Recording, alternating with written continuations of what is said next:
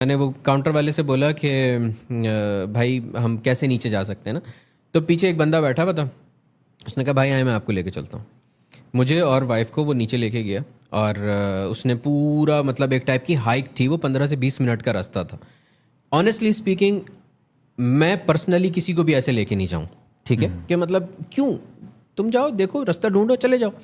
وہ ہمیں نیچے لے کے گیا, اس نے ہماری پکچرز لیں, اس نے ہماری ویڈیو لی, اس نے بتایا کہ یہاں آپ پیر بھگو سکتے ہیں, یہاں یہ کر سکتے ہیں, یہاں سے پانی گزرتا ہے, یہاں پہ یہ سب کچھ اس نے ہمیں گائیڈ کیا.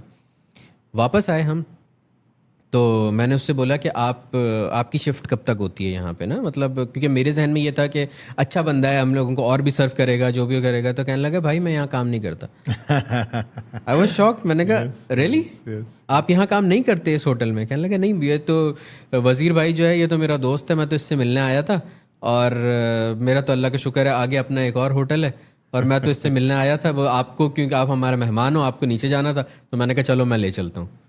اوف یار, مجھے یہ ہوا کہ یار واو, کہ مطلب اس کو ہم سے کوئی ایکسپیکٹیشن نہیں ہے,